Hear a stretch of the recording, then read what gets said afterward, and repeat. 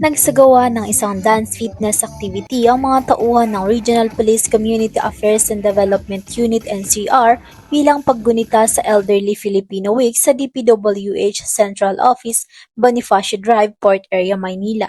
Pinangunahan ito ng Arpicado NCR bilang mga naimbitahang dance instructors.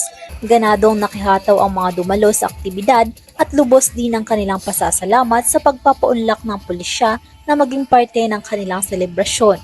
Ang activity natin ngayon is para sa Filipino Elderly Week celebration. Kaya gumawa tayo ng isang activity, Zumba, para sa mga elderly, para mabigyan natin sila ng halaga. And for that, we should treat elderly people with respect because they have a wealth of knowledge and experience. They have also contributed to society. They deserve dignity and compassion. Doing so, we show them that they are valued and loved.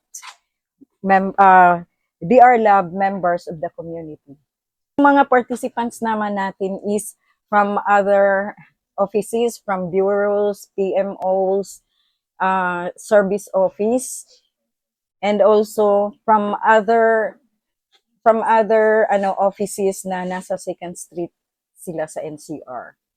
Then nagpapasalamat ako sa mga PNP na dumalo sa atin, na pinaunlakan kami sa request. Thank you sa mga PNP kasi peace and order situation na talaga nila na maging peaceful ang ating environment.